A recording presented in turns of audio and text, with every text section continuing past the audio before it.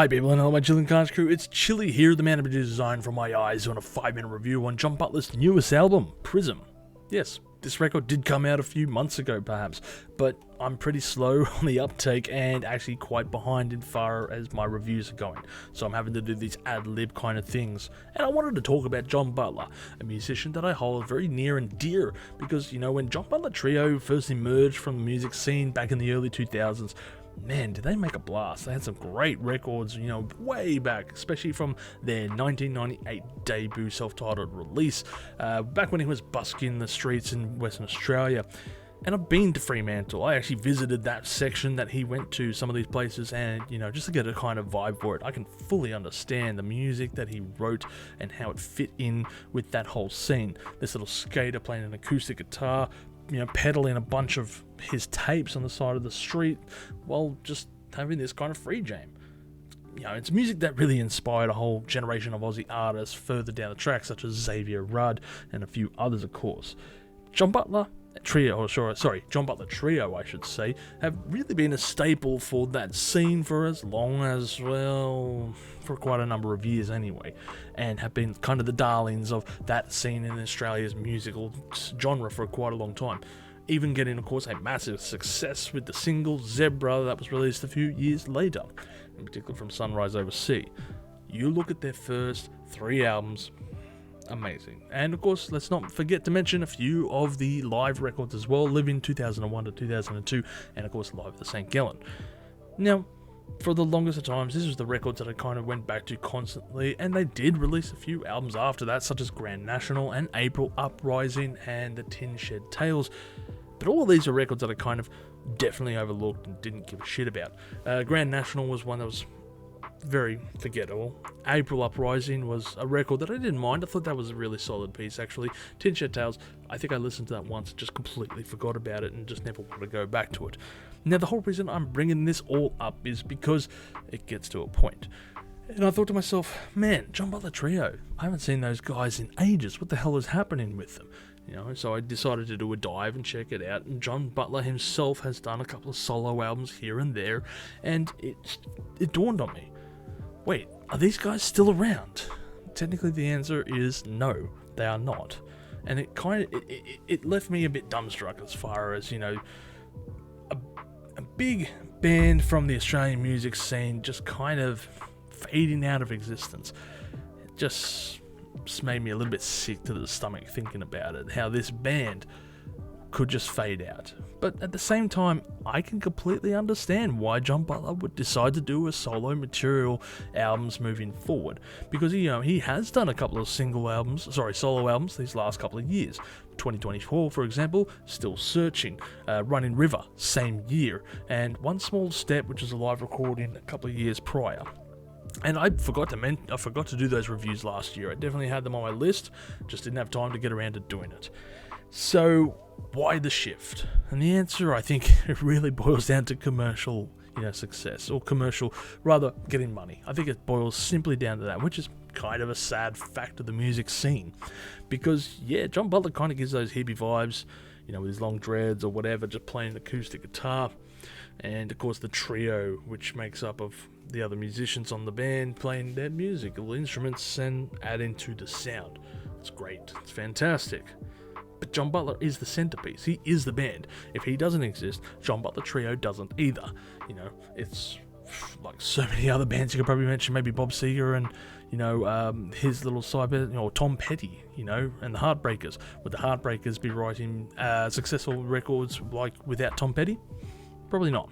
So it comes down to a very difficult music scene that we are currently facing, where, of course, we've got to divide this tickets and all the money that you'll get in, for example, 3 ways.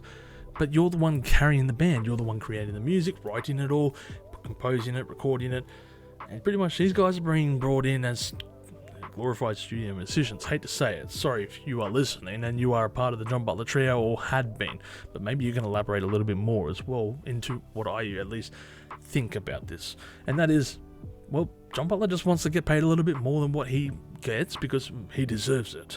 and I kind of get the feeling that John Butler moving forward is going to be doing just that. He's a solo musician, bringing in studio musicians or touring musicians to write and record or perform these pieces live, because at the end of the day, he has been doing this for decades, and that's him. That's up to him. That's his choice. Fine.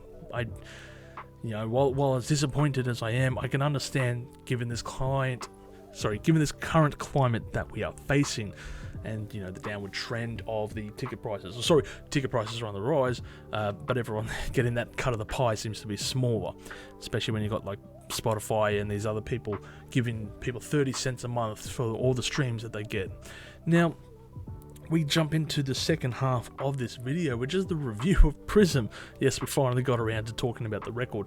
Going solo kind of addresses the whole what he's going through and his thoughts in regards to it, and I think it's nice. It's a good piece, and you kind of go through the flow of the following other pieces like King of California and Gets No Better, and the music on hand is similar. I'm not going to say it's not the same as their debut album. John Butler's debut album. It's not. If you've listened to some stuff like April Uprising, tongue twister, then you know what to kind of expect. It's similar in vein to that. It's polished, bit poppy, bit of electronic kind of drum synth or drum mixes in the fold, and that's the way I can describe this record. It's nice. It's maybe a bit of a polished gem that feels not as authentic as his original material, but then again, a musician who's been in the game for close to 30 years is going to change and evolve their sound, even as much as John Butler can. And, he is certainly a musician who has done so. I think Prism really represents a change in, in his thoughts, patterns, and his styles that he wants to create. You could cite, for example, Bernard Fanning from Powderfinger fame and his solo stuff as another example, if you're going to go and delve into that. So Prism is a nice record. I think it's a good piece. There's certainly a lot of tracks in there. There's 12 songs in total, something like, it's an hour long actually, I just noted, which is quite a long record compared to what I thought it was going to be. A couple of tracks there that clock over the 6 or 7 minute mark. But if you're a John Butler fan, I think this is a little bit of a return to form. I believe this is a bit more of an interesting record than some of the previous ones that he has released, as far as like Home or Tin Shed Tales go, and I think you're really going to enjoy what is on offer here. You're not going to find this a dull piece. It's certainly intriguing, engaging, and a nice affair. There's nothing there that I would say falls flat or short in any way. Every track just is nice enough. Maybe there's not enough tracks that stand out. That might be my biggest flaw about this record. Anyway, overall, I'm going to give this album a score of 7.5 million chilies on the spicy scale, with my favourite tracks being Going Solo, King of California, and Doing Just Fine. Yeah, it's a nice little record. I don't think I can really add too much more that hasn't been said about it. I think this is a bit of a return to form as well. Just depends how you feel about new John Butler compared to old John Butler. If you liked his newer stuff that he wrote and recorded, check it out by all means. If you hated that, avoid this record. That old John Butler is gone, and I'm sorry to say, you can go back and listen to those first 3 albums and enjoy that kind of stuff. But not completely gone, I might say. There might be a few tracks on here that you might find are just a little bit intriguing. For example, of course, the song Gets No Better. I think that's a nice little piece there. Anyway, I want to hear your thoughts if you've listened to this album, as far as your favourite tracks, or maybe your opinion on this record. And don't forget to stay spicy out there.